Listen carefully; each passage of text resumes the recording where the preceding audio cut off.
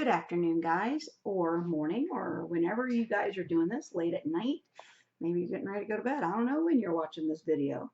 However, we are doing Lyddie, and we are doing chapter 19, which is entitled Diana, which starts on page 148.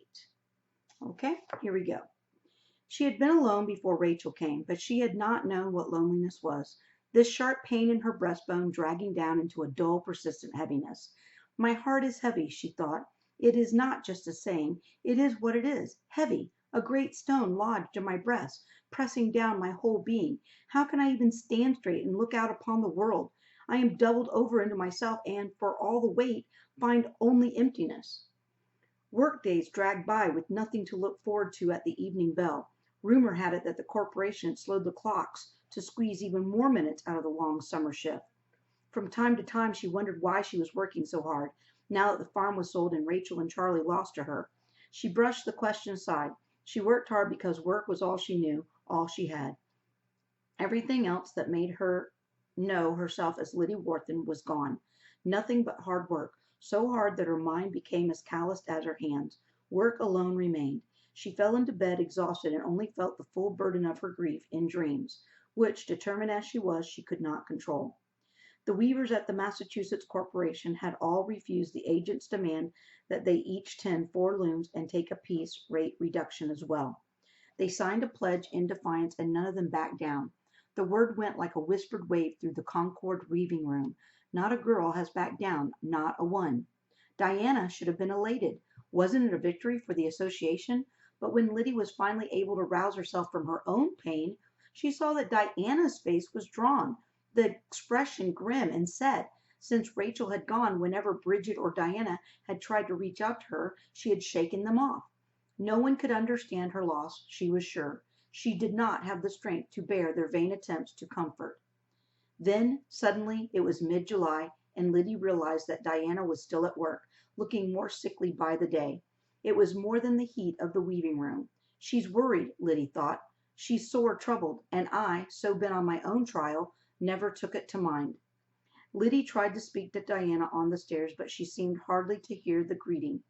Are they threatening her with dismissal, with blacklisting? A chill went through Lyddie. She thought she had nothing else to lose, but suppose Diana was to go.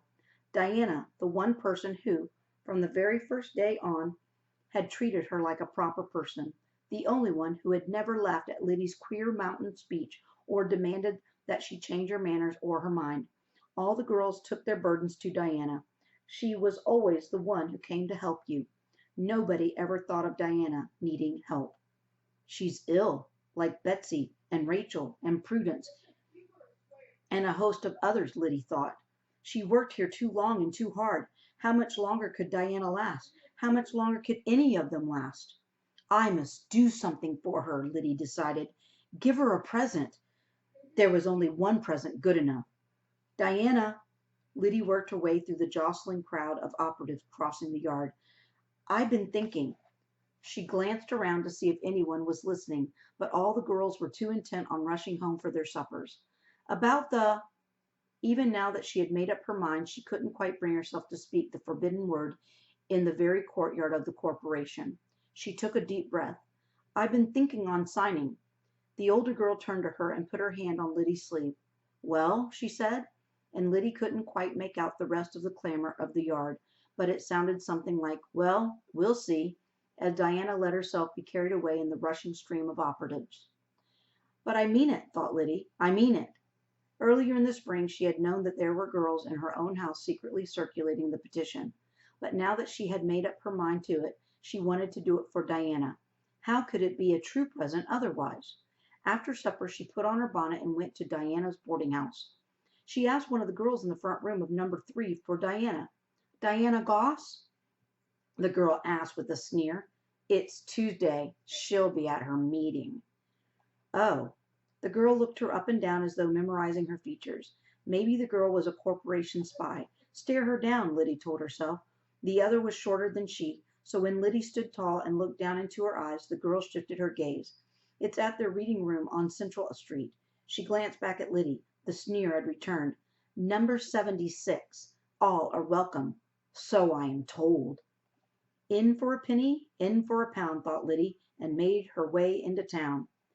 The meeting had already begun. Someone was reading the minutes. The 40 or so girls crowded into the small room looked almost like a sewing circle. So many of the girls were doing mending or needlework. Hello, the young woman who seemed to be in charge interrupted the secretary's droning. Come on in. Lyddie stepped into the room, looking about uncertainly for a chair. To her relief, she saw Diana getting up and coming toward her. You came, she said, her tired features relaxing into a smile. It reminded her of that first night when she had gone to see Diana, except when Diana had looked lovely and full of life. She took Lyddie to a place where were two vacant chairs and sat beside her while the meeting carried on. It was hard for Lyddie to follow the discussion. They were planning something for some sort of rally at the end of the month. She kept waiting for someone to mention the petition so she could declare herself ready to sign, but no one did. At the first curfew bell, the woman in charge pronounced the meeting adjourned until the following Tuesday, and the girls broke into a buzz, gathering their sewing things together and putting on bonnets to leave. The woman who had been in charge came over to where Lyddie was standing with Diana. She stretched out her hand. I'm Mary Emerson, she said. Welcome. I think this is the first time with us. Lyddie shook the woman's hand and nodded. This is my friend Lydia Wharton, Diana said. She's thinking about joining us. Miss Emerson turned expectantly to Lyddie.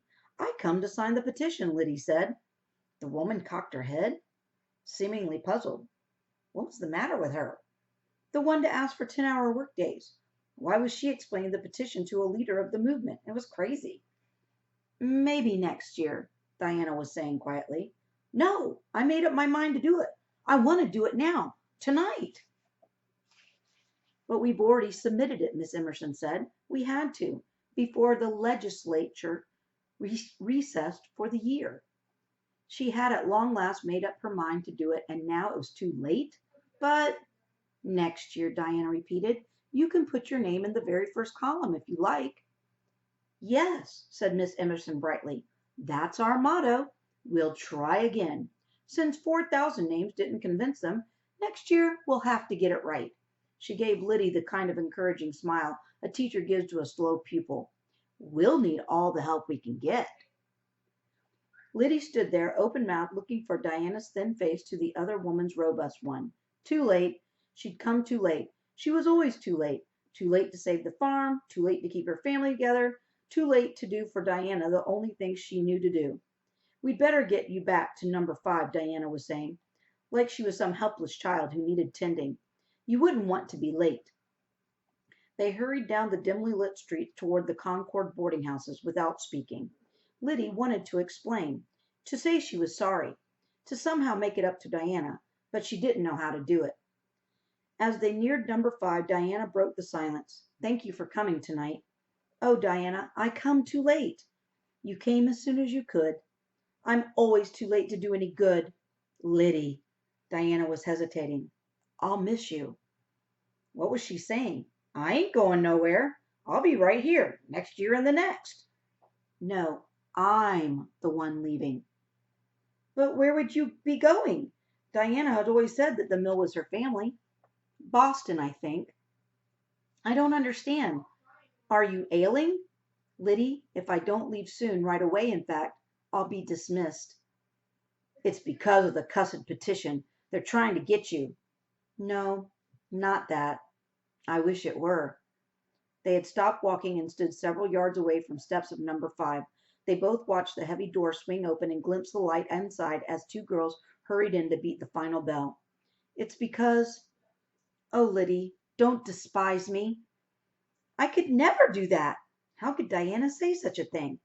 Lyddie, I've been, I don't know, foolish, wicked.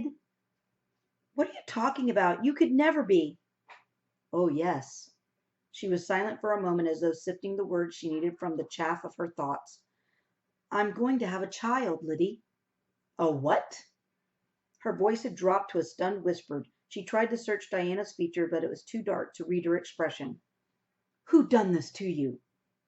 She asked finally. Oh, Lyddie, no one done it to me. Then he'll marry you, eh? He's not free to marry. There's a wife in Concord. She wouldn't come to live here in a factory town, though her father is one of the owners. Diana's laugh was short and harsh. It was that doctor. Lyddie was sure of it. He looked so kind and gentle, and all the time. But what will you do? She could hear now the shrillness in her voice. She tried to tone it down. Where can you go? I've got some savings, and he's determined to help us as he can. I'll find work. We'll manage, the baby and I. It ain't right. I'll need to go soon. I can't bring dishonor on the association. Any whisper of this, and our enemies will dance like the dervishes with delight. She could hear the grim amusement in Diana's voice. I won't hand them a weapon to destroy us, not if I can possibly help it. How can I help you? Oh, Diana, I've been so blind. She touched Lyddie's cheek lightly. Let's just pray everyone has been as blind. I'll write you, if I may. Tell you how things go. You've been so good to me. I'll miss you, little Lyddie. The final bell began to clang. Quick, slip in before they lock you out. Diana. But the older girl pushed her toward the door and hurried away down the street toward number 3. The word passed around the floor the next morning was that Diana Goss had left, snatching an honorable dismissal while she could still get it. Much more of her radical doings, and she would have been blacklisted, or so the rumors went. So wow, we found out a huge secret about Diana. So make sure in your notes when you're doing chapter 19 notes that you pause or you rewatch this video as needed to make sure your notes are completed and your vocabulary. And don't forget the comprehension questions. Okay, see you guys later. Bye.